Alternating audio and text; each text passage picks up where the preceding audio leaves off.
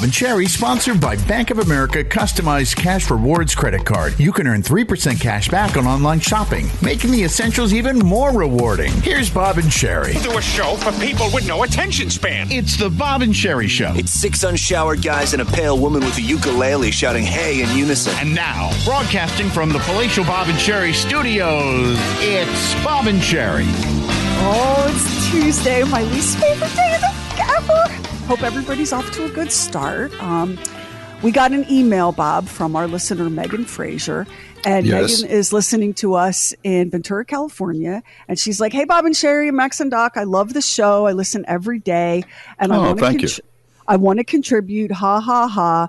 I know Sherry likes the Backstreet Boys. Listen to this. And she sent a link to, not the Backstreet Boys, but a parody of the Backstreet Boys, I Want It That Way, about being back in school for the kids. And so I thought, what a fun way to kick off the day. Here is Back to School That-A-Way. Thank you, Megan.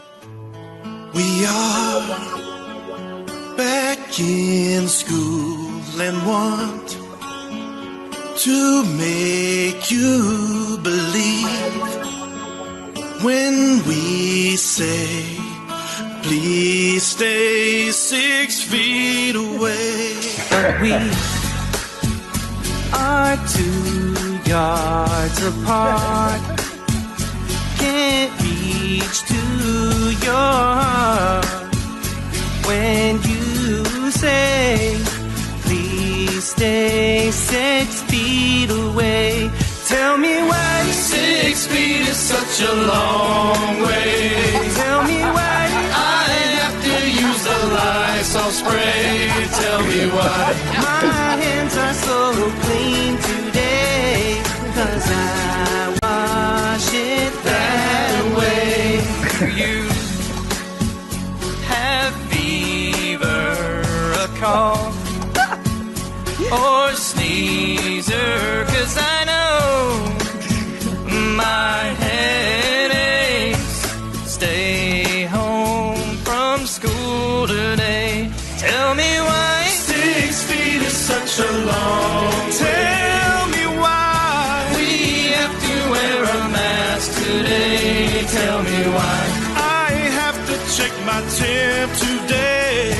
It's in school, it's that way. Now I can see that we're spacing apart from the way that it used to be.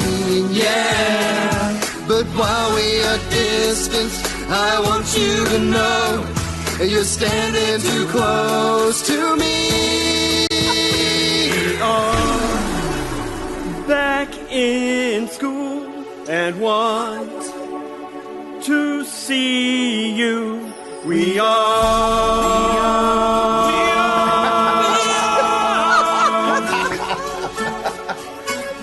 Don't wanna get you 6 feet is such a long way.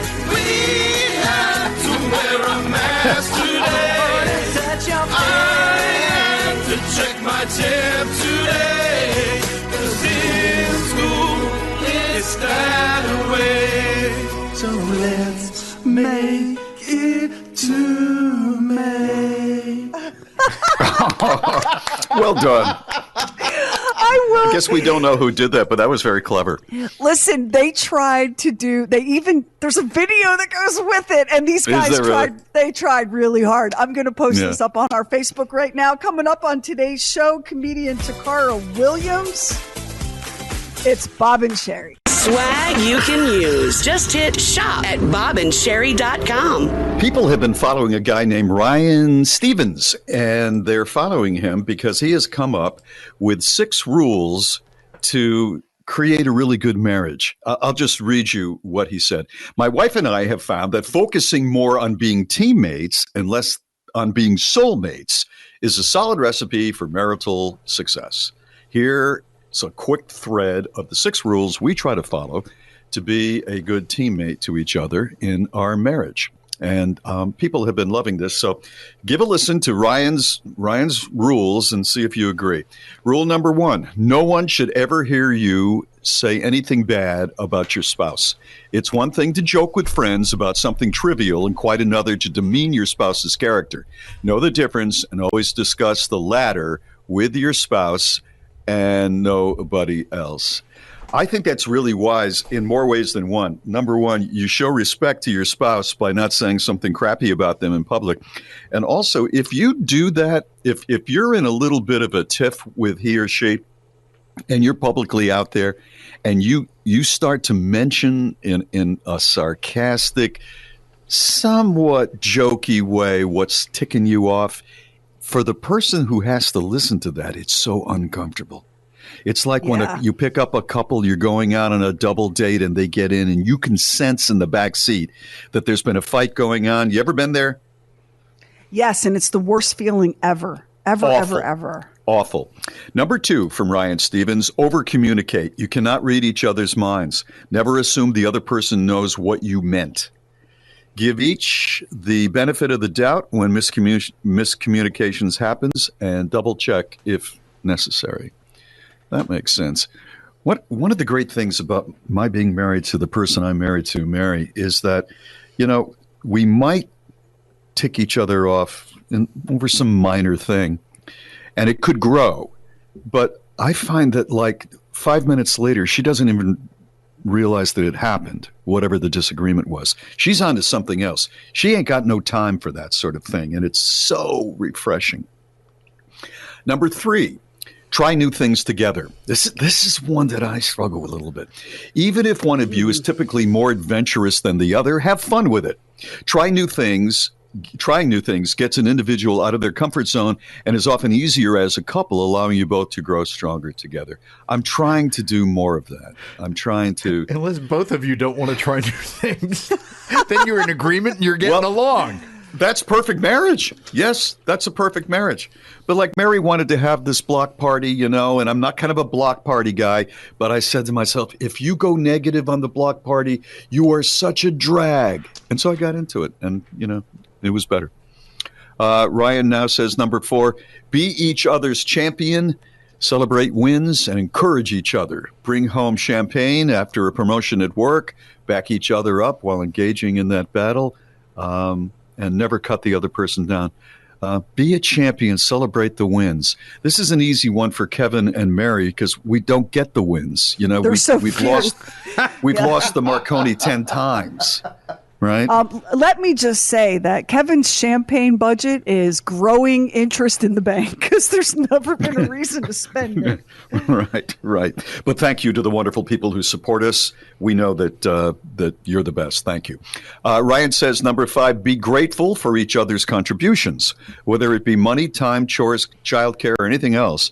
No one contribution is greater than another. Don't keep score. If you truly value each other's input, then the scorecard does not matter. I think I'm pretty good at that. Mary has been bringing me these absolutely delicious. They're like egg McMuffins, but better. She has this teeny weeny McMuffin maker that she bought for like $10.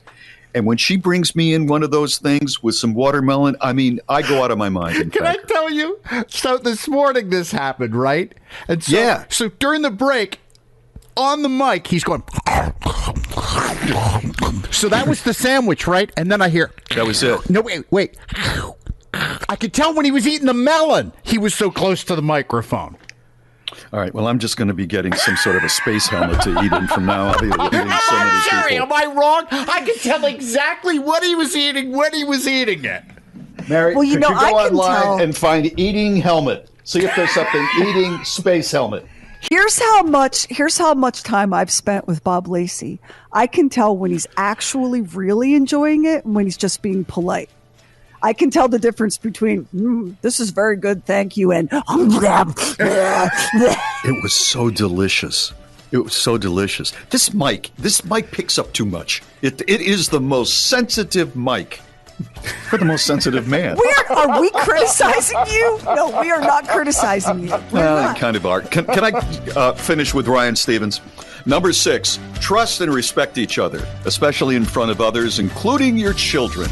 If you do not respect your spouse in front of other people, why should those people respect your spouse? And I would add to that, trust and respect your partner in business in front of other people. All right? And if you celebrate don't respect him, anytime there's something delicious in his mouth.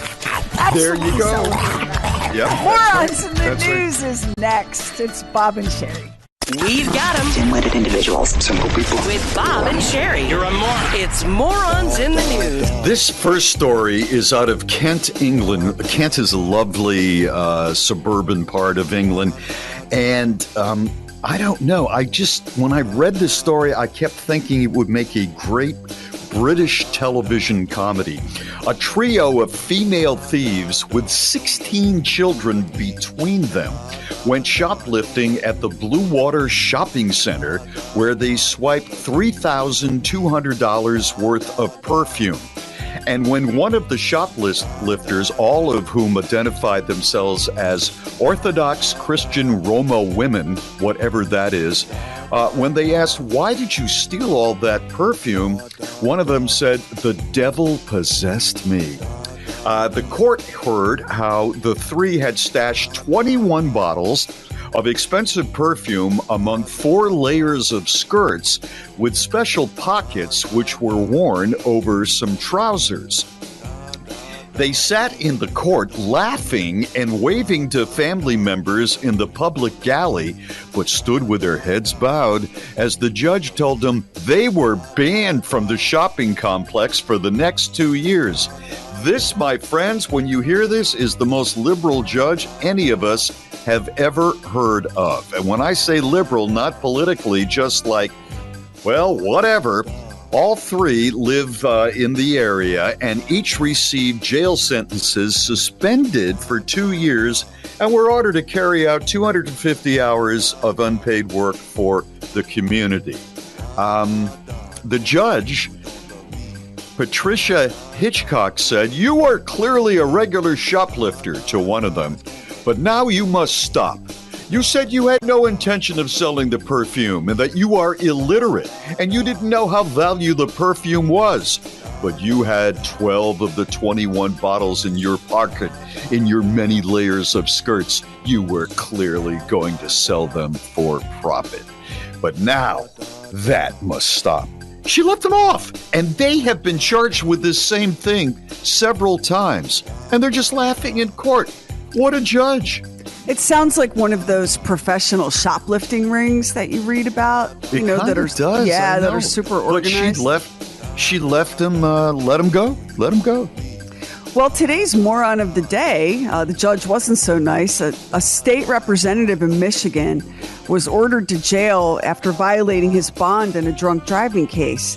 And so he went to the jail, and when the deputies searched him, they found that he had taped a handcuff key to the bottom of his foot with some Scotch tape. Now, the sheriff said... The sheriff said, "We do not understand why Representative Jewell had a handcuff key taped to his foot. At the end of the day, folks are handcuffed to and from a facility. If somebody has a key, that's a bad day for us." And went on to say, I really love this, he truly believes he doesn't have to follow the judge's order, doesn't have to follow any rules. He's the reason that politicians get a bad rap. We're going to post this handcuff key tape and drunken lawmaker up on our Facebook as today's moron of the day. Where did you say he's from? Where is this guy from? Michigan. Like, From Michigan? once they put you in the cell, your handcuffs are off. Like, does he think he's Penn and Teller? Is he Houdini? Why does he have a handcuff key taped to his foot? Yeah, that's right.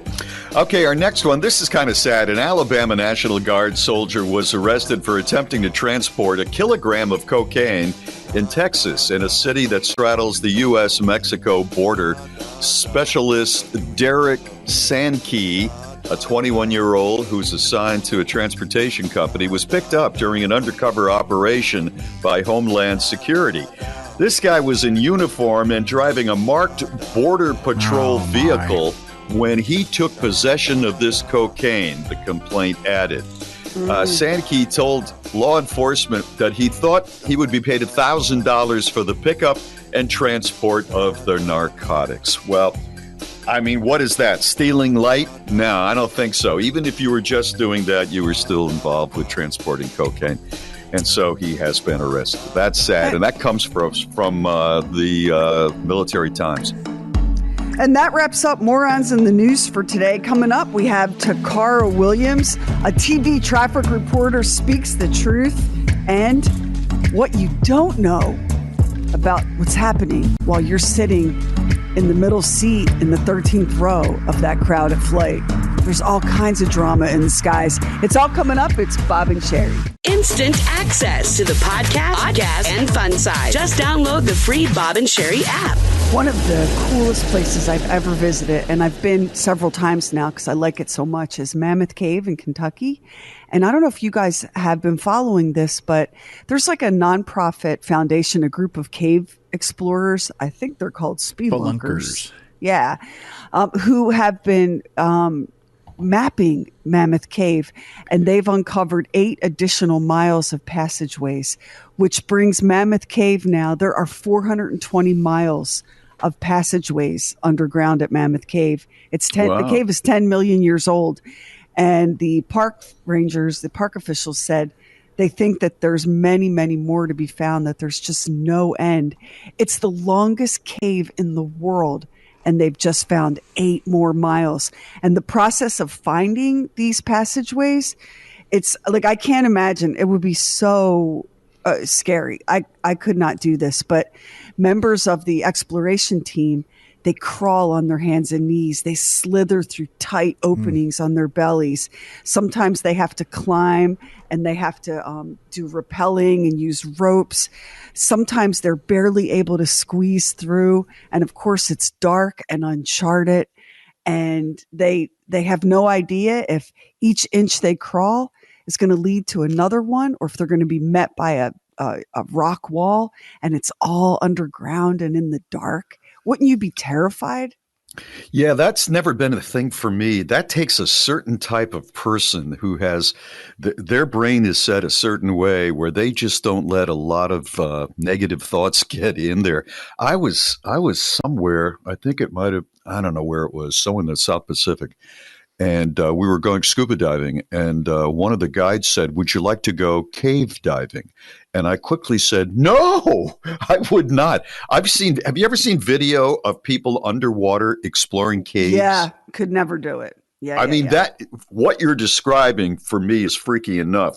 That is like quadruple underwater exploring caves where you can get lost.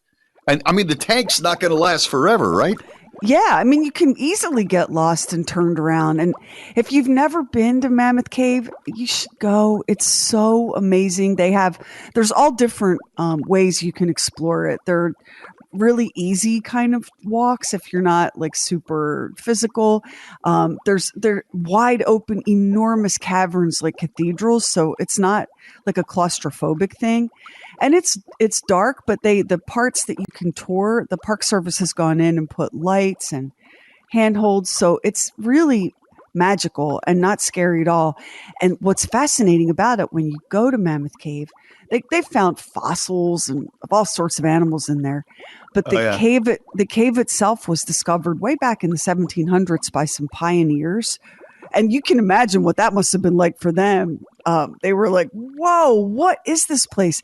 Human beings have been using Mammoth Cave for like, I'm going to try to remember. I want to say 5, maybe 6,000 years.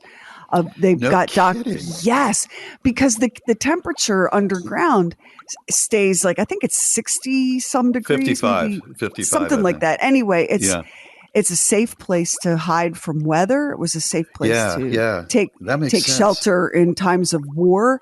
So there's like Mammoth Cave has this amazing human history. And then of course, all the animals and fossils, and there are special creatures that live in there that don't have eyes. Like it's just this most magical and amazing place. And now 8 miles. Do you have any idea how much that is? 8 miles of additional passageways. And it's safe? Did they imply that it was safe to, I mean, can the public eventually, do you think, be able to see some of that? That's quite a piece of land.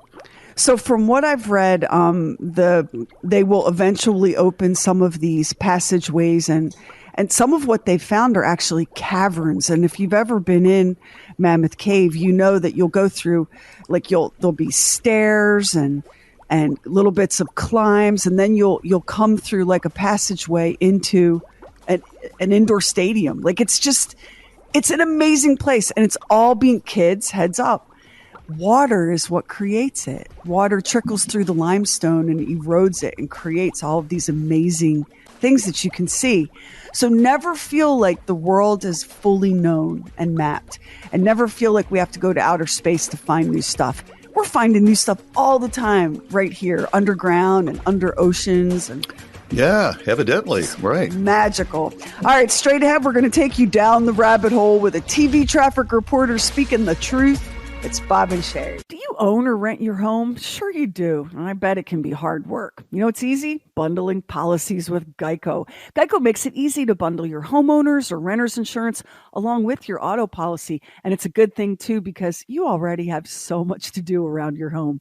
Just go to geico.com, get a quote, and see how much you could save. It's Geico easy. Visit geico.com today. That's geico.com. Bob and Sherry, sponsored by Bank of America Customized Cash Rewards Credit Card. You can earn 3% cash back on online shopping, making the essentials even more rewarding. Here's Bob and Sherry. Bob and Sherry, go. Down the rabbit hole. This long distance dedication goes out to Bob Lacey, because this is your kind of thing. You are going to love this. This is a traffic reporter on television and what he really thinks. Realize that many of you are still at home, but if you are heading out this weekend, there is some weekend construction you need to be aware of. Our new traffic anchor, Anavid Reyes, has a look at this weekend's traffic. Yes, Veronica, we are out here live. We're at exit 57 on I-24 East. If you're looking at traffic, don't expect too many delays. As you can see out here, things look to be moving along just fine. Over my left shoulder, you can see some minor road construction in the area, but that hasn't affected things much this morning. And oh, by the way, just real quick, my name is pronounced Anavid, not Anavid. So if I'm going to come out here and do these live traffic reports and literally risk my life, I'd appreciate it if somebody back in the studio could learn how to pronounce my name. Oh, I'm sorry. You got it, Anavid. Yeah. And what's it look like southbound? I mean, just like in the grand scheme of life, think about what we're doing right now. I'm doing a live traffic report on television. This traffic report is going to be obsolete in 3 minutes. I mean, I know I have a report that there's construction in the area, obviously, as you know, but there's a wreck about a mile ahead. And so this is going to be, all this traffic is going to be changed in literally about 60 seconds. So It looks like you've got an inside source on that wreck. Have you been in contact with the police chief? Have I talked to the police chief? No, I have not. I've actually just literally looked on Google Maps, and every time you guys send me out here for a live traffic report, I literally just look on Google Maps. Oh, look, traffic. I look on Google Maps and report to you what I see here. And I don't know if you guys knew this back at the station, but every person in America has access to this. Well, it looks cold. And it sounds like you may have woken up on the wrong side of the bed. Yeah, I don't know, or woken up on the wrong side of the bed, or most people are still in bed because no one's watching the local news for traffic. Like in terms of figuring out the best route to work and traffic patterns, I can think of off the top of my head 57 other ways to do this more efficiently. Google Maps, Apple Maps, Bing Maps. My Uncle Ricky still has a TomTom. You can plug the address into that. I don't know. Go to a truck stop and rent a CB and talk to one of these truck drivers. He could probably tell you a better way to know what the traffic is. I mean, I'm just trying to figure out why. Thank you, Anna V. I have thought about that before. I mean, nothing. God bless those folks that are doing local television. You know, there are so many things that you have to do with local TV today, but I can't tell you how many times I've looked at the TV traffic reports and said, by the time I leave here, walk out to the car, turn it on, get down to the end of the street, it may have changed. When it's on the radio, and I'm not just saying this because we're on the radio. When it's on the radio, it's a different thing because it's constantly moving and you're moving listening to the radio. The thing at TV, I'm just going to be honest. I think it's to make a buck, to tie into a traffic thing, to sell a traffic thing. Get out of here. That is so cynical of you to say that. I'm a very cynical person. Oh, my gosh. Well, if you want to watch the clip, I'm going to post it up on the Bob and Sherry Facebook right now. This is Bob and Sherry. Instant access to the podcast and fun side. Just download the free Bob and Sherry app. I feel very badly about how I refer to one of my wife's new friends. She's met a couple of new friends. And I've met this new friend 2 or 3 times, but you know me, it takes me a little while before the actual name sinks in. Generally with interns, we figured out it was about 3 years. With friends, hopefully it's a little bit different, but she was set to go out with her friend. They were going to go, I don't know, shopping or have brunch or something like that. And her friend was going to pick her up. And so I don't remember what I was doing, watching TV or something. And I said, hey, when is WhoZits coming to pick you up? I haven't used the word WhoZits or really even heard it in a long, long time. I've never heard you use the word WhoZits before. I know it. It came out of the blue. That was the weirdest thing. And it took me right back to my mom, who would use it once in a while. She would say, that baseball coach, WhoZits, called you. And it's so dismissive, but it's kind of funny in a way. But then I started thinking about it, and I thought, how many times has somebody called me WhoZits? Because you really don't want to be WhoZits. It means you've made very little impression on whoever the person is who's using WhoZits, right? Well, yeah. I mean, you're like a Dr. Seuss character at that point. You're a WhoZit. Yeah. WhoZits. And there were other ones in my childhood that people used to use, like the husband of one of my mother's friends would always, he could never remember any of the kids who would come over. And we were all, what's his face? Is what's his face playing second base? Are we taking what's his face to the game? And he even pared that down to face. Is face coming over? Are these things still floating around? What's the more current edition when you can't think of somebody's name? I don't. Is there a standard?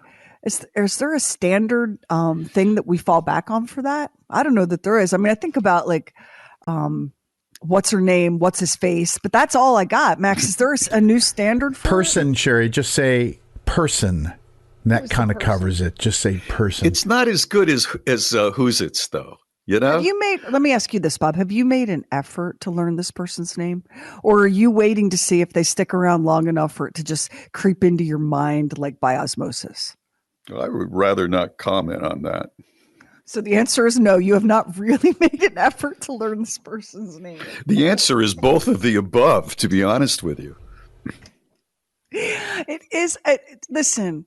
You so struggle bad. with this. You struggle with this. I know. Right? I mean, he used to do it all the time. Somebody would walk down the hall, walk past the studio, and he'd go, "Who's that?" "Oh, that's so-and-so. They've been here for 3 years. They're managing the sales department." "Oh, why can't I remember their name?" Well, in my defense, it is a business where there's quite a bit of turnover, my friends. So, you know. Yeah, if someone can't work there for more than 3 years, Max, how is Bob supposed to keep track of them? And then he'll say, "Where's so-and-so?" And we'll go, "Oh, they just left for another job." He goes, "I just learned their name." That really used to tick me off. That absolutely used to tick me off. Because, it's just, time and effort it's so depleting. Like, just before I got with Sherry on the air, I was struggling, I had the wrong partner, and whoever was running the radio station at the time said, "We're all coming over to my house for a barbecue on Sunday." And I'm looking at this guy and I'm going, "I don't think you're going to be the manager here long." And I didn't go. I didn't go to the radio station Sunday cookout. And a guy I knew said, "What is the matter with you? Why did this is so you didn't show up, everybody else was there." And I said, "I just don't think that he's going to be here very much longer, so my investment is kind of stupid." And I have to tell you, 6 months later, Mm-hmm. Well, let me get your back on that too, because as the one and only Snoop Dogg teaches us in his Corona beer commercial, if time is money, shouldn't you care about how you spend it? And that guy was not going to be the manager for long. And why should you give up? My God, can we? Hello, corporate America, get off my back. Can we have our weekend? Can we have a Sunday off without being expected to show up at the boss's house for brats? I mean, come on. Let me give you this guy's quote, and you tell me if you thought that he was going to be a long-term radio manager. He's managing the AM and the FM station at the time, right? And he says, well, I'm taking over the FM radio station. I'm kind of an AM guy. As a matter of fact, when I drive through a tunnel, I'd stop talking. Okay. No. You know what? He wasn't meant to stay at the radio station. There was a Chuck E. Cheese franchise looking for a new general manager. And the Pizza Rat needed that kind of comedy chops and expertise up there. I saw a Chuck E. Cheese meme the other day. Chuck E. Cheese teaches kids to hang out with rat musicians and learn gambling. Don't you feel bad about not wanting to give up your free time on a Sunday to go to some work function? I don't blame you. Yeah. Straight ahead. I don't remember what WhoZits name was either. It was a while ago. Straight ahead. Comedian Takara Williams. It's Bob and Sherry. Instant access to the podcast and fun side. Just download the free Bob and Sherry app. All right, let's all gather around. It's time for Everyone Needs a Laugh. This is the hilarious comedian Takara Williams. I'm in Facebook jail right now. Yeah, because I like to post a lot of pictures. Somebody keeps reporting every picture that I post. The sexy ones, the ones of me in a bathing suit. The ones, the cute ones, I lost 6 pounds last year. I'm feeling real good about myself right now. I've been divorced for 3 years. I'm ready to date again. Social media, I'm out here. I'm posting the pictures. Somebody reports them. What's the 2 things you can report? Inappropriate content, and at the very bottom it says, I just don't want to see this on my timeline. And that's the one that somebody keeps picking. I just don't want to see this on my timeline. I just don't want to see this on my timeline. I just don't want to see this on my timeline. And I said, well, who's hating on me like this? It's my 18-year-old son. He's reporting every picture. He won't let me live. I asked him, I said, why are you reporting my pictures like this? He said, Mom, I don't want to see that on my damn timeline. And it's not just Facebook. He's doing it on Instagram, too. I like to go live on Instagram. I got a couple of followers. I'm single. The guys file in. All in the comments. Hey, beautiful. With your fine self. Look like you need a vacation. As a matter of fact, a vacation on me. Infinity pools on me. 5-star restaurants on me. I'm on the live going, okay. Here come my son in the comments. Wow, Mom. Dudes talking about they want to take you to 5-star restaurants and we ain't even eat dinner yet. Wow, Mom. Dude talking about infinity pool on him and my little sister ain't even take a bath yet. Wow, Mom. I got him back, though. Because he's 18. He went live with his little girlfriend. Her name Jasmine. They live. Everybody, all their friends on the live. Yes, y'all, my favorite couple in the high school. I love y'all together. Get your man, girl.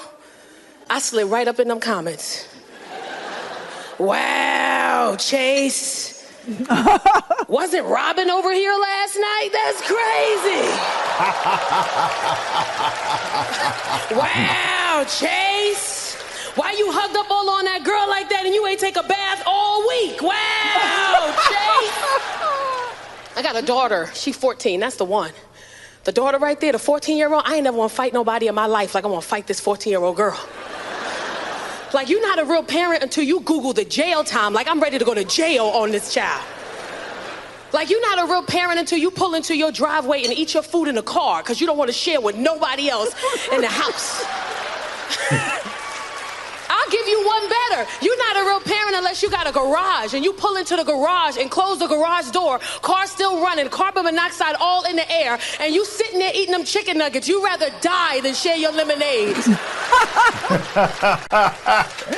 My daughter asked me to take her to Victoria's Secret. I said, well, what you want from there? She goes, some bras. I said, I'm not buying you no Victoria's Secret bras. She goes, oh, why not? I said, because you don't have Victoria's Secret. yet. Like, I'm not.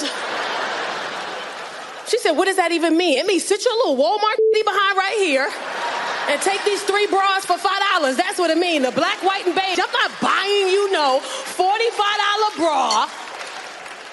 But I know what it is. She think her boobs is better than mine. I know what it is. Because I'm walking around here with a bra on that costs $5.99 and the wire is stabbing me as we speak. Do you understand me? Right here. Ladies know what I'm talking about. You ever feel a wire come out, you push it in and it slide back up, and you pushing it in and it's sliding up?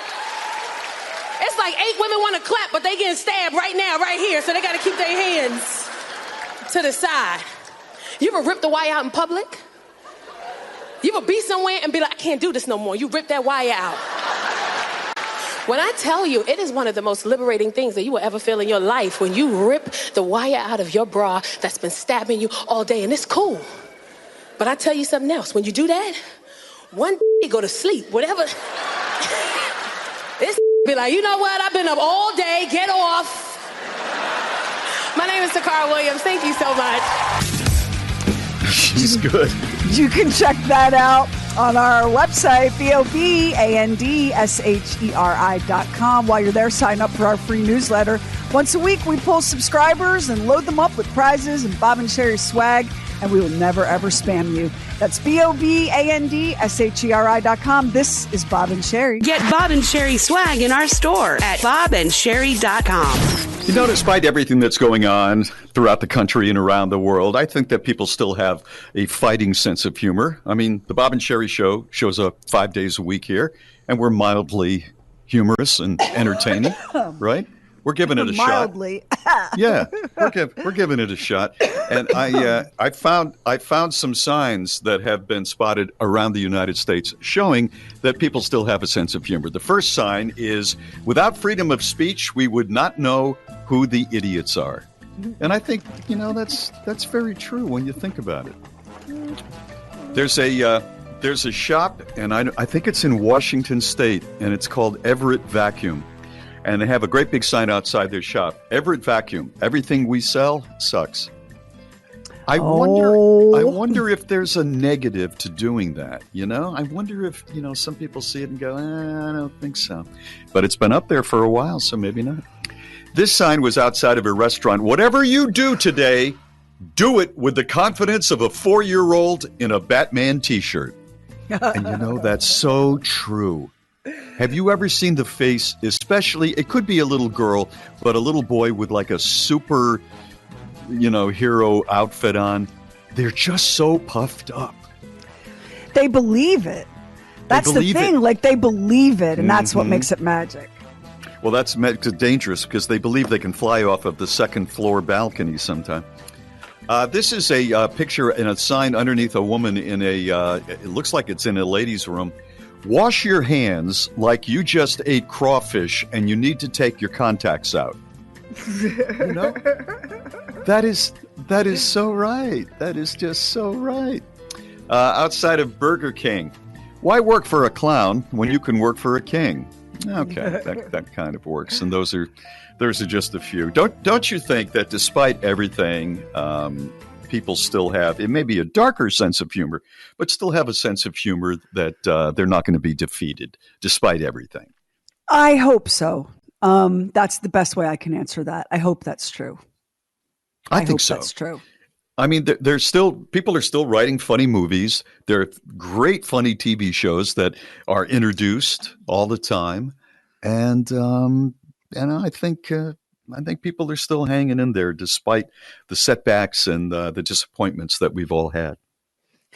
Well, sometimes I think of like, this is way before any of our time, but like maybe when our great grandparents were children and they were having their food rationed because of World War I. I guess World War II had food rationing too in the U.S., didn't it? Yeah. So, chocolate. Yeah. Yeah. So like they were, like our great grandmothers went to work in aircraft factories and gave up lipstick and nylons, and people had rationed food in Victory Gardens, and they seemed a little bit more graceful about it than we do. But that's with the deprivations that we have.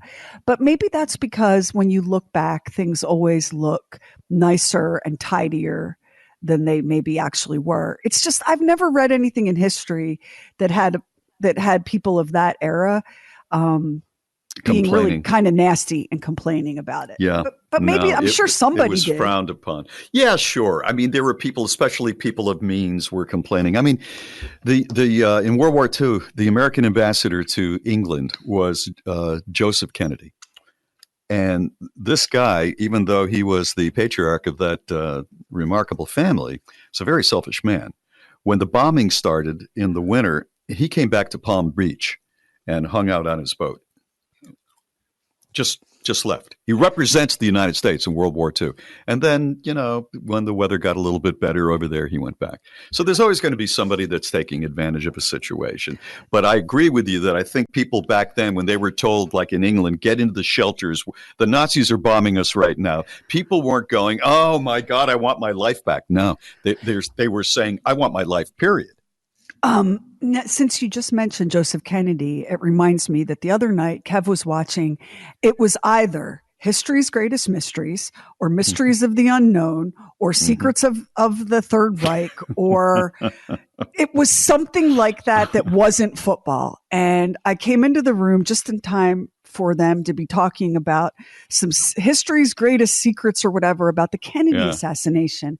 And it turns out that the night before that fateful motorcade in Dallas, JFK's entire Secret Service detail was out drinking, and they were very hungover. And that is not the reason why the president was assassinated. No. But their reaction times were significantly slower. And so now, whatever version of History's Greatest Secrets or whatever he was watching, they had the footage, the Zapruder footage, and they showed you the agents on the running board of the car behind JFK.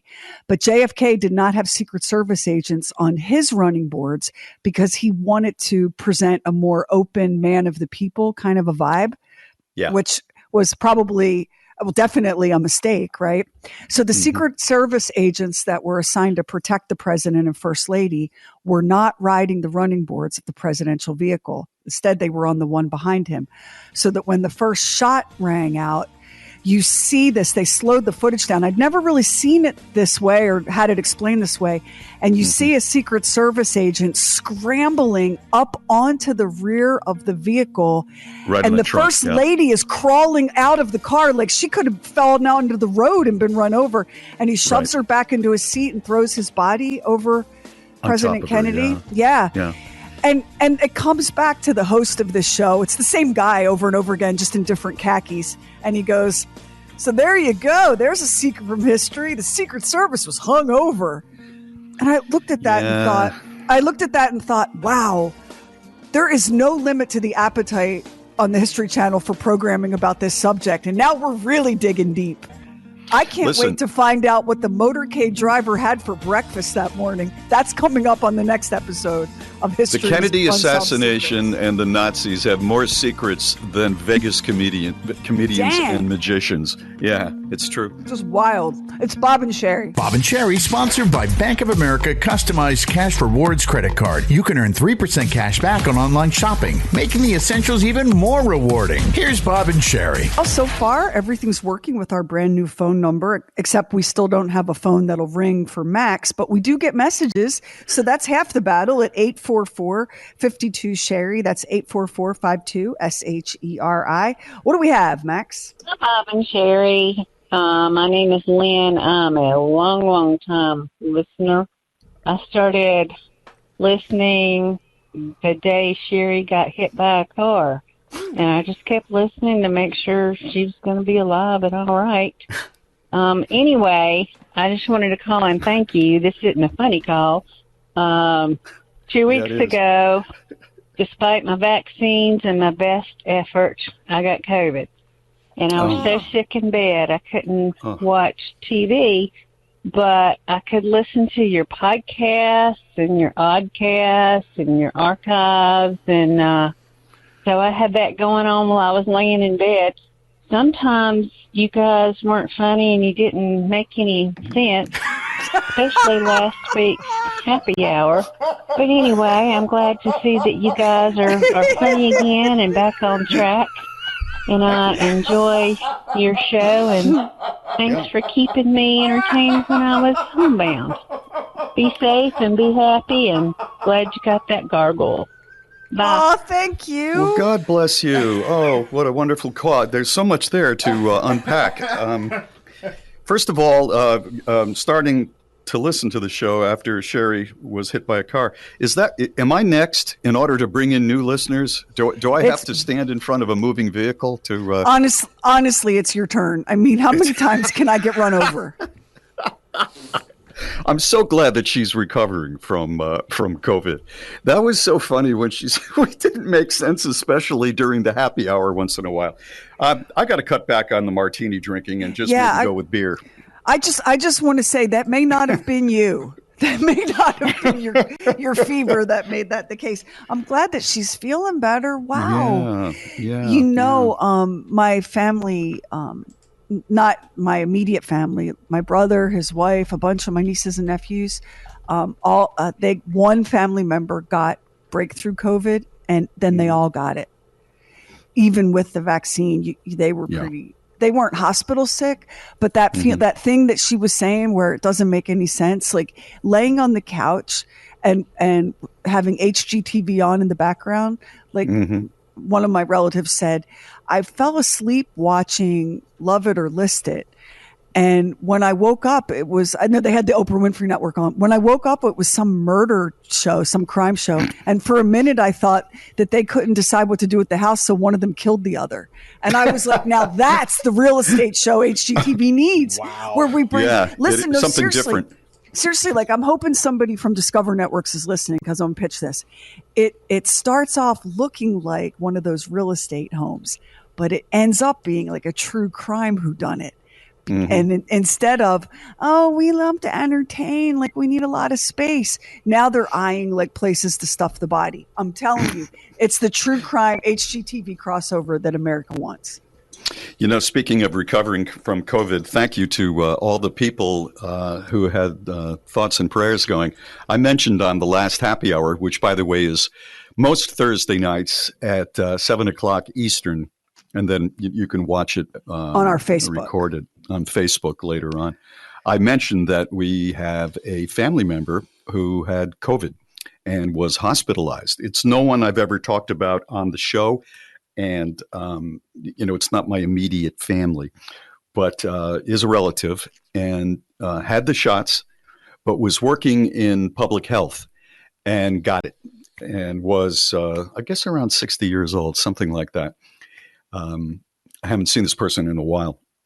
Anyway, they were not recovering at home. He was hospitalized for 9 days and just got out yesterday. So it's real and it's tough. So as that very nice lady who is glad that we're back on track with our sense of humor said, be safe out there. That's all we can say right now. Be safe out there. And we'd love to hear from you too. You can download our app. It's free in Google Play and the Apple Store, and tap the microphone talk, and your message will come to us automatically. Or you can call the phone that doesn't ring at 844-52-SHERRY. Not yet. It doesn't ring yet, but, around here at the Bob and Sherry Show, hope springs eternal, and it's a good thing because sometimes it's all that keeps us going. 844-52-SHERRY. This is Bob and Sherry. Leave us a talkback with the free Bob and Sherry app. Okay, it's time now for Spotlight on Brothers. The Rolling Stones are touring again. Sadly, there's only 3 real members of the Rolling Stones and the backup band also, and it'll still be an excellent show. If you read the book Life by Keith Richards, his life story, he mentions at one time that he and Mick Jagger are like brothers, known each other since they were kids. And Jagger said famously, he's not my brother. I have a brother. And of course, they've been spatting like, 2 old married people for years. He does have a brother. His brother's name is Chris Jagger. You don't see very much about him. I've always wondered, what's it like to be Mick Jagger's brother? Chris Jagger is a singer, songwriter, musician too. And he has a band that plays bars and I guess small concert halls.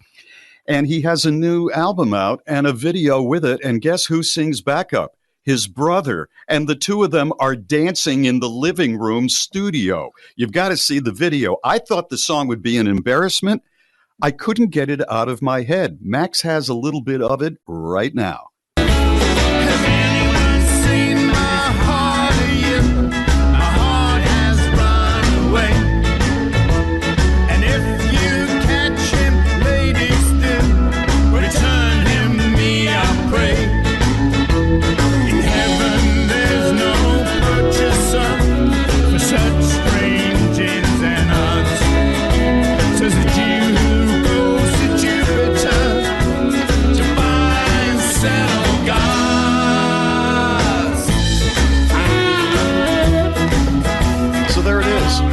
anybody's seen My Heart Today, it's a catchy little number, don't you think?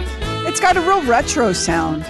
It does. Throwback kind of sound. Well, I mean, you would expect that. These are two 70-year-old guys, and they're two guys in their 70s. But I was very, very impressed. This guy's got some chops. The video is it's a little strange to look at. Two brothers that age dancing back to back, but it's kind of fun. So I enjoyed it. And that's the first example of brothers that are getting along and supporting each other. The second example goes back in history. And I just saw this over the weekend. Boston's Skinny House has just been sold. There is a house in Boston, in downtown Boston, on the, I think it's the North End, and it is very, very thin. This house is 1,600 square feet, has 2 bedrooms, 1 bathroom, a private garden from a deck on the roof, and at its widest point, it's 10 feet. At its narrowest point, it's 6.2 feet. I want you to think about 6 feet. You probably know, well, Max is about 6'2". The house goes to Max. We'd have to lay Max on his side, and we'd have to be able to walk and maneuver around that amount of space. 10 feet's about the size of a small rowboat. It just sold for $1.25 million in the North End of Boston. And here's the legend, the story behind the story. It was built in the 1800s. A soldier found out after returning home from the Civil War, his brother had built a building, a large house on their inherited land in Boston from their deceased father, leaving him with only a tiny section of property right next to his brother's. So it's his brother's good-sized house, this small little space, and then somebody else's house. And he looked at it and he said, I'm going to build a skinny house and decrease the amount of daylight that my brother gets. And it was named the Spite House. And it has been either the Skinny House or the Spite House since the late 1800s. That had to be uncomfortable. What? Not just with space, but having to see your brother every day. What a miserable legacy, though. You know? I know. Like, what a miserable way to go through life. What a miserable legacy. And of course, he didn't live to see it cash in, right? No. Oh, no. Not at all. Not at all. I think, 40 years ago, it wouldn't have sold for all that much. I mean, it's in a very, very nice restored area of Boston. But no, of course, he didn't realize that. It was strictly for spite. However, if you fought in the Civil War, which was bloody as could be, so many people were lost on both sides, and you come home and you find while you're fighting, your brother took the property and made it his own, that'd tick you off. It would tick you off. But then let me just ask you this. You've already given a chunk of your youth to fighting this awful war. Now you're going to spend the rest of your life stewing in your own juices in your tiny spite house. That's what he did. He couldn't sell it. There was nothing else you could do with it. And so he said, I'm just going to make his life as miserable as possible. I mean, I guess it's a plan, right? It's some sort of a strategy. It's some sort. That's right. All right, straight Chris ahead. Jagger out with a new one. Go ahead. Straight ahead. What you don't know about your flight will make you pay attention the next time the flight attendant starts giving instructions. It's next. It's Bob and Sherry. You read it once. I don't believe that. And then you read it again. I can't believe this. It's Bob and Sherry's. I believe this. I cannot believe this. Like a lot of people, we fly a lot for work. Well, we used to pre-COVID, and after COVID, we'll fly a lot for work again. So don't ask me how I fell down this particular hole, but I was reading about what it takes to be an air traffic controller and what their jobs are like. And there was a bunch of stuff I didn't know. Like, for example, air traffic controllers have to retire at age 56. They are not allowed to work beyond age 56. Did you know that? I'm gonna jump in here. I think I heard that one time, but I don't recall it. I'm gonna say good, part of the reason that the FAA makes air traffic controllers retire by age 56, it's not because at age 56, you're like, oh, I don't know where I am, but because so much, like you just said about vision, so much of the job requires like really keen vision and super sharp reaction times. Fast responses. And so I went on YouTube and started listening to air traffic controller recordings from all around the country and the world. I stumbled across one where this took place at the airport in Dublin, and the lead air traffic controller is a woman. Of course, she has this beautiful Irish accent, and it happened to take place on one of the busiest days of the year at the Dublin airport. And there's a British Airways jet coming in, and he gets into it with the air traffic controller. Would you like to hear it? Yeah. Also, coach the ground crew, the British Airways on the left will be pushing back also to Charlie. Speedbird 81 Delta, ground crew has stopped the push because of Aer Lingus behind us. Yeah, I was trying to call you, sir. Speedbird 81 Delta, they're pushing back to Bravo, so when they're clear, clear the push and start to Charlie. Roger, after Aer Lingus were pushed to Charlie, you should have told us that before, really. I was trying to call you so you weren't listening out, but they were also cautioned reference you. They were supposed to give way. I wasn't listening out because we were talking to the ground crew. They're telling us the same thing, so you were a bit late. Speedbird 81 Delta, the ATO was actually supposed to give way to you, and I was trying to call you to warn you. Oh, so it's his fault, okay. Weren't listening out and not responding, but everything's clear now. Continue push and start to point to Charlie, and I'm just too busy to continue any further conversation about this on frequency. Maybe push on stand quicker. Good girl. Stand quicker. Shamrock 12 Charlie, monitor tower, 118.6, bye-bye now. 86, Shamrock 12 Charlie, you're doing a great job, thanks very much. Yes, I appreciate it. 7316, taxi, link 5, Papa 1, left onto 34, hold short of runway 28. No problem, link 5, Papa 1, left onto 34, hold short 28, runner 7316. You're doing a great job, thanks. Yes, I appreciate it. Speedbird 81 Delta, request taxi. Speedbird 81 Delta, taxi, link 4, left Foxtrot taxiways, Echo 1, hold short of runways 34 and 28. Link 4, Foxtrots to Echo 1, hold short 34 and 28. Speedbird 81 Delta, and to advise we'll be filing a safety report. Copy, sir, thanks. Oh my God. And this is why Bob is a nervous wreck when he's flying. Because I couldn't even understand what she was saying half the time or what they were saying. Well, it's all codes. It's numbers and letters because they're diverting them to this landing strip or that taxiway. Yeah. And he's like, I'm going to be filing a report. And then you hear the other pilot, the Delta pilot, come in. Oh, my God. You could tell that was the American And they all pilot. said, you're doing a good job. And she was going, thank you. You're doing a good job. Thank you. So you heard more than I heard. I had trouble following that. I listened to a different air traffic controller out of JFK. It was a torrential downpour, and air traffic was stacked up for miles. And it was another Irish pilot. A pilot on Ryanair says, request emergency assistance. I'm coming in a spiral descent in a thunder cell. And the air traffic controller goes, we don't see that weather here. And the pilot is like, I'm flying in it I am making a heavy descent. And the air traffic controller is giving them all sorts of like speed. And the pilot is like, no, it's raining. It was insane. And it made me realize like we're sitting back there complaining because we didn't get a bag of peanuts and because we don't have any leg room. And all of this drama is happening all around us. You guys, flying is a miracle, and we are not appreciative enough every time a plane takes off and lands safely. Y'all have some appreciation and gratitude for the people that get you in and out of that sky safely. It is, awesome. And do not get on YouTube and listen to air traffic control, or you'll never fly again. All right, we'll post this on our Facebook. It's Bob and Sherry. Sign up for the newsletter with Bob and Sherry exclusive articles. Sign up now at bobandsherry.com. I think most people, as they grow up, at one time or another, have similarities as far as jobs they could see themselves really being good at when they're grown. I'm talking about maybe you're 10 years old and you're starting to look around at what adults do. You look at what your father does and you go, I don't want any of that. And you start coming up with ideas like, well, maybe maybe I like to be a cowboy. You know, I might want to be a cowboy. You're out there in the range with the dogies, and you have a horse, and the horse is cool looking.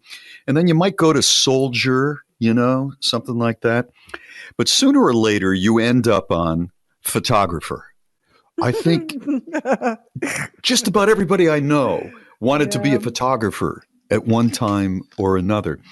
And I was reading about being a professional photographer at a website somewhere, and I saved this. And it was a woman. This is her opinion.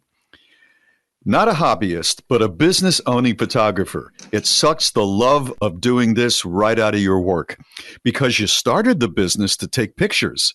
And then Karen doesn't like the way she looks in one of them, so she wants the whole set for free, plus a reshoot for free, plus those images for free. Then the two high school kids getting into a very ill-advised marriage at exactly 18 years old want you to book their wedding, but their budget is only $50. Then Karen calls back because she loves your work and wants to pay for another shoot, but only if you agree to do her friend's daughter's designation wedding for free.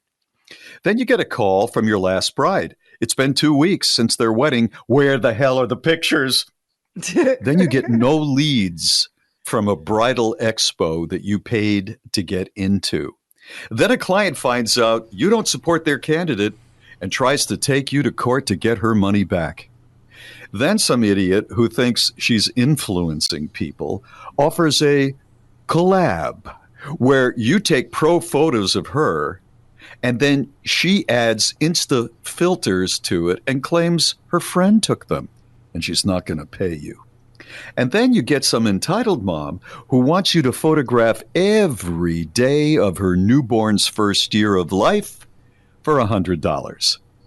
And she said, I went back to being a hobbyist. You know, it sounds right. I had a shoot once in Hawaii, on Oahu, on the side where the big surfing tournaments take place. And we found, I don't remember the gentleman's name, it was a long time ago. We found he was a young guy, probably 25, 28 years old, and he was considered the best surfing photographer in the world. So when the surf got really big, he'd get out there on a board and he'd look for surfers. And he'd start paddling over and he'd try to catch them just as the wave's coming over, cresting at the top, and they're shooting the curl or whatever that thing is. And then he paddles over to, I said, so what do you, is your job just the most glamorous thing? I know so many guys that would like to be the world's best surfing photographer. And he said, it's either the best job in the world or it's the worst. And I thought about that. And I thought, when he catches a sunny day and the surf is not too big, but big, and the guys that are out there he's shooting are fantastic, and he's going to get these pictures in a magazine, unbelievable day.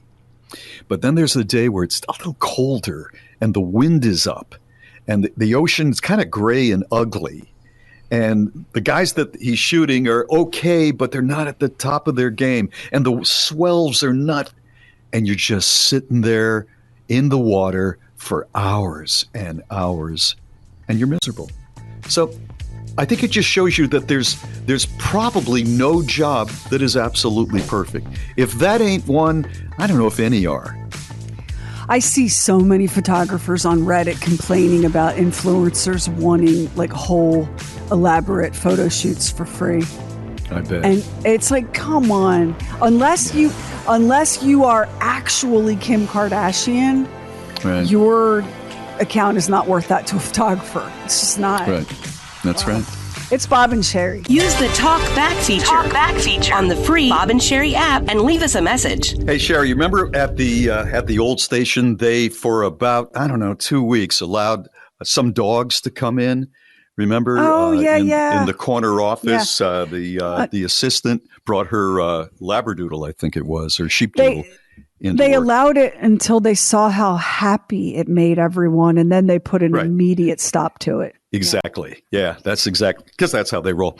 Anyway, I think when a dog shows up everybody, except for a very small amount of people who are afraid of dogs, almost everybody's face lights up. Even if you don't like dogs, just seeing especially if it's a goofy sort of dog, and very friendly, it just makes you feel so good. That's why they're used in hospitals, and that's why they're used in schools to make children feel at ease.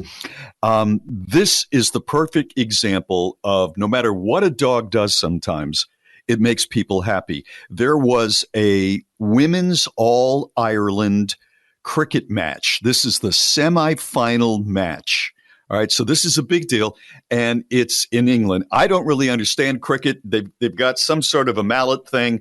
They throw a ball like American baseball. You hit it with this flat paddle sort of bat, and then you run. Outside of that, it doesn't look like baseball whatsoever. But anyway, it's very popular throughout England and Europe, and this is on the air. Just listen to what happens. Going to have to look to take two. They're going to have to take a chance now. Oh, dog. Oh, the dog is the ball. Oh, here we go. Now that is... It's brilliant. Now there we go. Dog has stopped play. There we go. I think we'll retrieve the ball. It may need a clean. I think this has brought COVID regulation. So I think everybody really enjoyed it. The video is funny to watch, and the cricket people took a shot of the dog. His name is Dazzle, and put a hat on him, a cricket hat on him, put a ball in his mouth, and named him the Dog of the Month Special Award, Dazzle the Dog, Best Fielder in Ireland Cricket. He's as cute as can be. I don't know anything about cricket either. The most cricket I've ever seen is in the movie Bend It Like Beckham. Do you remember that movie back in the day? Sure. You bet, and Keira Knightley, the boy he's a famous actor, I can't remember his name now, played cricket with her dad, with one of the characters' dads, and they would do like a googly moogly or something. That was it. That's all I know about cricket. But I have to say, it's one of those sports when I see it, like in that movie, I think, I don't really know what's happening here, but I feel like maybe I could learn how to do that. And of course I couldn't. Why? Because of the size of the paddle that you're hitting with? It seems a little bit easier than it's hard to hit a fastball with a baseball bat. The size of the paddle, the game seems very slowly paced, like very civilized in its pacing, and everyone's wearing like snazzy white clothes. Like you don't look like you're breaking into much of a sweat if you're wearing long white pants and a shirt and everything. It just looks like jolly good. Then you're going to roll this giant grapefruit sized thing at me and I'm going to hit it with something that looks like a surfboard. I feel like I could maybe do that. There's a league where I walk the dog near this park, and I think these folks are originally from India, somewhere in India, and they have this league. And on Saturdays during part of the year, they play cricket. And so I was walking the dog, and I said, I'm going to watch this and just see what's going on. And if you grew up playing baseball, it just looks like wimpy baseball. But I know there's so much more to it. I mean, it's got to be a great sport. There's just tons of countries that play it. Everywhere England invaded, pretty much, except the United States, plays it. When I look at it and think, I could learn to do that. I know that I could not learn to do that, because every time I look at something and think, I bet I could learn to do that, I fail. My most recent failure was paddleboarding. I looked at paddleboarding and thought, I bet I could learn how to do that. Oh, that's hard. It is so hard. It is absolutely so hard. My husband said to me, we were going for a little drive, and I had my head out the window and I was barking like I do. And my husband said, we should buy a used kayak and go kayaking. And I said, I'm calling Dateline, because you know that I'm not a good swimmer, and I'll get flipped upside down in that kayak and drown. And that's your plan, mister. I know that I can't do that. There's not a sport I can try that I can do. It's Bob and Sherry. The Bob and Sherry website, the Oddcast, contest info, bobandsherry.com. I had a really beautiful and unexpected experience over the weekend that I wasn't going to talk about it, because I don't even know how to talk about it, but it it has stayed with me so much. One of my girlfriends and I, we went for a walk, and we had driven to a lake about 45 minutes to an hour or so from her house. And we were walking on the trails around the lake when we spotted something, and we stopped and we looked at each other, and she said, "Is that what I think it is?" And I said, "I think so." And it was a baptism. And I've never, have you ever seen that in person? Not in that situation. No, only in church. I mean, all the baptisms I've ever been to were in church, and they were tiny babies, and there's a baptismal font, and the priest pours water over their head, and that kind of a thing. I've never been to a baptism of grown people where you go into a body of water. So there's this public beach area at this lake, but it's closed for the season. You're not allowed to swim in it now after Labor Day, but I guess the church had gotten special permission. And there was a line of people in white robes, like gowns, like graduation gowns, choir robes. So there was a line of people in white robes, and there were two pastors in the water up to like their chest height. And then all the family and friends gathered on the shore, and there was someone playing a guitar, playing like really beautiful like hymn music on a guitar. And one by one, the people, there was a woman who would come to one of the baptismal candidates and take them by the arm and lead them down to the water's edge. And then one of the pastors would meet them at the edge of the water and walk them out to where the other pastor was. And then each person would be baptized, submerged, brought back, walked back to the shore. Everyone would, clap and cheer, and then the next one would go down. And the last two people to be baptized in this line were, because we sat down, in case you're wondering, like, wow, you sort of caught a lot in one glance. Oh no, do you know me? Have we met? We sat down and watched and participated from a distance. And when I say participated, I mean when people clapped along with the music, we clapped along, and when people applauded and cheered, we applauded and cheered. So the last two candidates for baptism were both teenage girls, maybe 14 years old, thereabouts.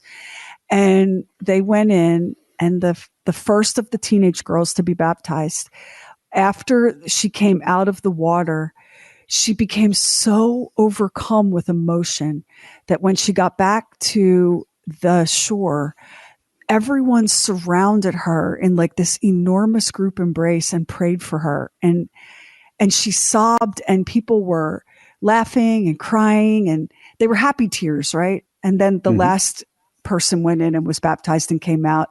And then everyone got into dry clothes, and they had a picnic.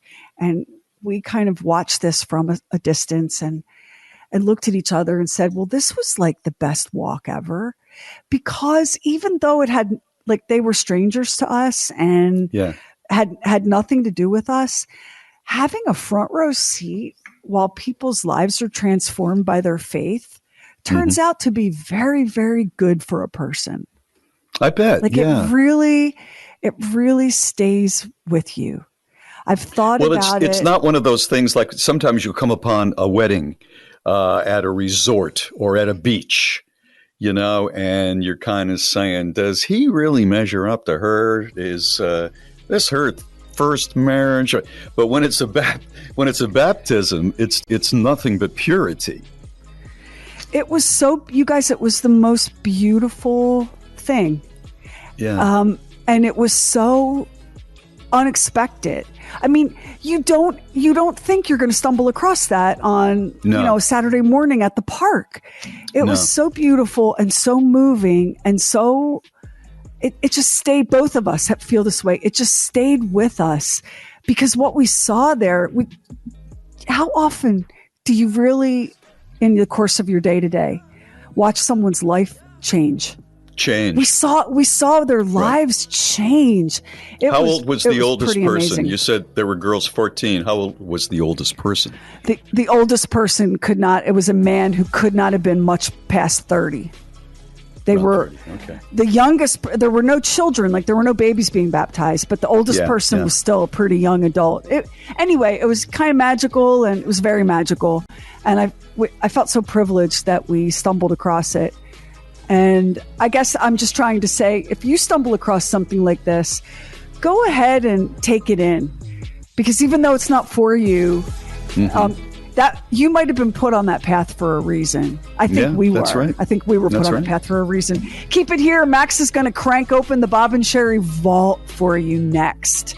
It's Bob and Sherry. Now, let's open up the Bob and Sherry Archive Vault. You know, sometimes you ought to think before you tell me things. I'm going to be thinking about that thing you told me about. Because I eat fast, I could die. High cholesterol and... Don't you? I mean, here's what confuses me about you. Well, I mean, here's what confuses me. You love food. Yeah. Why are you snarfing it down like a hungry coyote? I don't know. It's just a rhythm, you know? It's just a rhythm, I guess. Why not take time to really put it in your mouth and enjoy all of your senses being activated, chew it thoroughly, swallow, be in the moment. I don't have that kind of time. Why you gotta eat like you're on fire? Look, here's the deal. We've already talked about when I'm on the air, I have to eat quickly in between music or commercials or whatever, right? So that's a given. I get a pass on that. But maybe, instead of trying to eat an entire lasagna in 3 minutes, maybe you could have some lasagna and really enjoy it. And then, talky talk. And then some more lasagna. And then talky talk. And so on until you really have taken that lasagna and drained every last morsel of pleasure and satisfaction. And you truly feel satiated. Instead of eating like a starving wild animal that come upon a bowl of kibble. I don't use my hand. I mean, I eat with a fork and knife. I am somewhat civilized. My brother says when I take him out for I don't know, pizza or spaghetti or whatever for lunch, he says, "You're already done?" And I think in my mind, it's like, I got to pick up my brother. He's got to go somewhere. I got to eat lunch. Then I got to get home because the dog has not been walked. Because I know those people, they do not walk the dog. Every time I get home, he always has to go to the bathroom. And I always say, did anybody take him outside? Everybody says, oh, yes, we took him outside. Well, why is he just dying to go? It's because they didn't take him outside. So I'm thinking in the back of my mind, man, you got to get this done. What you think you're not at like a cafe in Rome. This is why your cat has chosen you. And I'll tell you why. You know how she needs you to watch her eat or she won't eat? Yeah. But she's eating as fast as she can. Bless her. She's old. She probably doesn't even have all her teeth anymore. She's eating as fast as she can and she's throwing looks over her shoulder to make sure you're still watching. Yeah. That's you in the hallway here. I am like a snaggletooth cat. It is ridiculous. I find myself when we're working, standing around with a very hot plate. I have to put paper under it. It's so hot. And I even eat at some people's desks and they don't even know it. Here's the thing about your food. Lasagna is delicious, but sometimes when you reheat things in the microwave, they smell weird and it's gross. Well, I don't bring the microwave into the studio. Every once in a while, you'll get some frozen pasta thing, I don't know, lean cuisine or something. And you'll heat that bad boy up in the microwave. And I don't know how you eat it because it smells it's just so Don't gross. ruin it for me. No, it's good. It doesn't have that many calories. It tastes pretty good.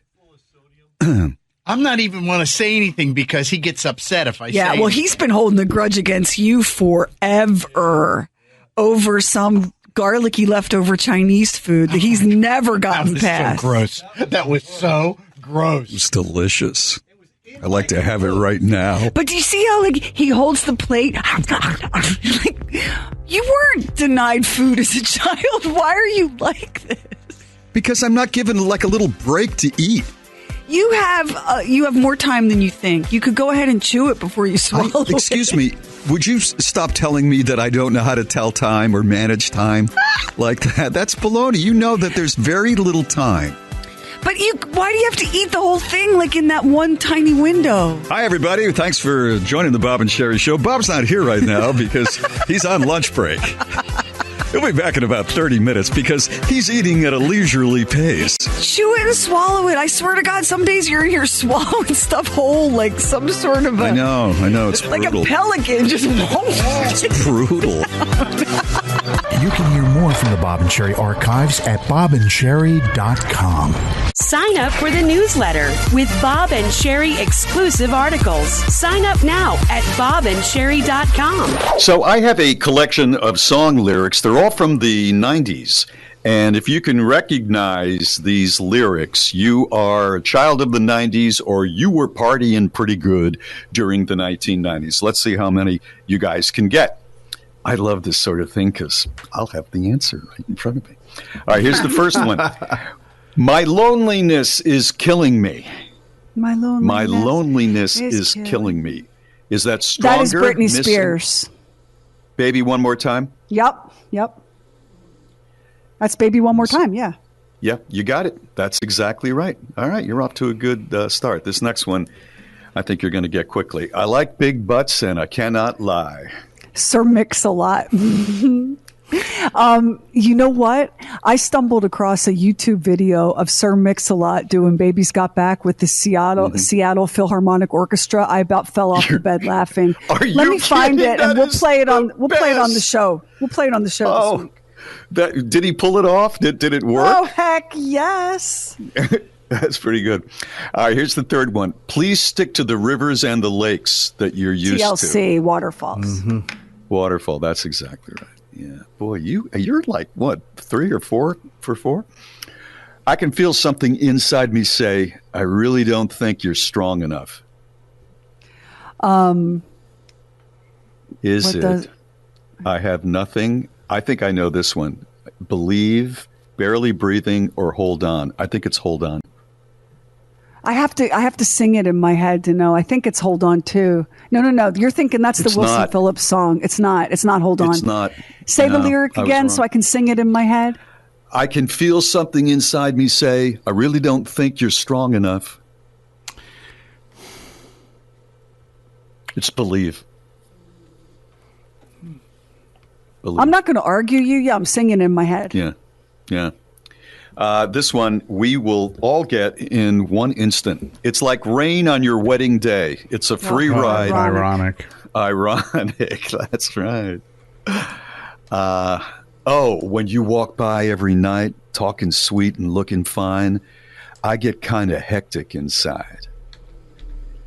Is it Genie in a Bottle, Fantasy, Baby, Baby, Baby, or What a Man? I think it's What a Man. It's Fantasy.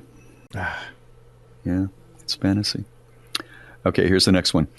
Someday somebody's going to make you want to turn around and say goodbye. That's Hold On. That's Hold On. Yeah, that is Hold On. You're right. You know, the last time I saw them perform was in the comedy with the girlfriends. What was that? Bridesmaids? Bridesmaids. Yeah. At the end of it, remember when Wilson Phillips sang? Mm-hmm. I think they sang that song. If you live at home with your mama, oh, yes, son, I'm talking to you. If you have a shorty, but you don't show love, oh, yes, son, I'm talking to you. My lovin', you're never going to get it. Have you ever really loved a woman? No scrubs? Or give me one reason. No scrubs. That's what I think it is. And that is correct. Damn, Sherry, you've only missed one, I think. Nope. I got a new life. You would hardly recognize me. I'm so glad. I love that line. I got a new life. You would hardly recognize me. I'm so glad. Is that the sign, hero, save the best for last, or never forget you? I think it's the sign, but I can't. We played that song to the point where I thought people were going to come and arrest us for abusing the population, but I can't remember. I can't remember it for the life of me now. You're right. It's the sign. Once again, you've only missed one. You're good. Every step I take, every move I make, every single day, every time I pray, Is it Angel of Mine, I'll Be Missing You, I Don't Want to Miss a Thing, Every Morning? I'll be missing you. Mm-hmm. I'll be missing you. That's right. I thought it was I Don't Want to Miss a Thing, but you're right. I don't want to Ladies miss a with an thing ad- is the part where he doesn't want to go to sleep. He just wants to sit Right. up all night watching her breathe Stare or at whatever. you. Yeah, right. That's what every gal wants. Ladies with an attitude, fellas that were in the mood. Don't just Vogue. stand there. Vogue, Let's yeah. get to it. Yeah, it's Vogue. It's Vogue. I'm sorry that you seem to be confused. You ought to know the boy is mine. Don't take it personal. Or my lovin', you're never going to get it. I'm sorry that you seem to be confused. What do you think? I'm singing it in my head. What are the choices again? My lovin', you're never going to get it. Don't take it personal. Just one of them days. I The think boy it's is The mine. Boy Is Mine. I think it's The Boy Is Mine, but it could be My Love. It is. You're never It gonna get it. is. The Boy Is Man, Mine? You're nailing it. You continue to. Here's the next one. Say you'll love me again. Undo this hurt you caused when you walked out the door and walked out of my life. Unbreak Is it- My Heart.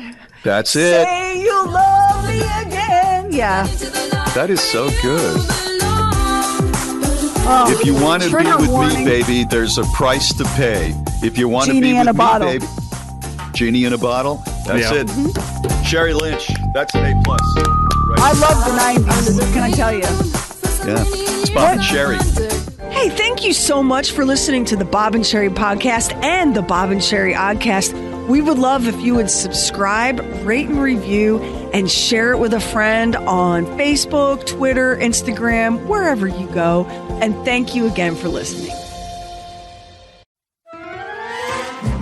Hey, I'm EJ Dixon. And I'm Brittany Spanos. We're both Rolling Stone writers. Brittany covers pop music, fandom, and race. And EJ reports on everything internet culture related, from influencers to far-right extremist groups to OnlyFans. And we both spend an insane amount of time on TikTok. Literally so many hours. Every single day. My feed is all wacky family stories, aesthetically pleasing cooking videos, and hot guys. And mine is primarily Y2K makeup tutorials, true crime conspiracy theories, and bisexual thirst traps. So it feels right that we put all of those hours of scrolling and laughing at our phones to more productive use. That's why we're hosting Don't Let This Flop, a weekly podcast about what's happening on TikTok.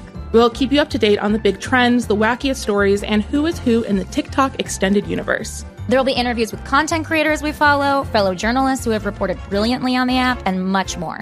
As fellow millennials, we understand how overwhelming it can be to try to keep up with who's dating who, what dance is trending, or who's getting canceled. So we've created this podcast to try to keep you and us up to speed. You don't want to miss it. Subscribe to us on Apple, Spotify, and anywhere else you get your podcast fix. And please, don't let this flop.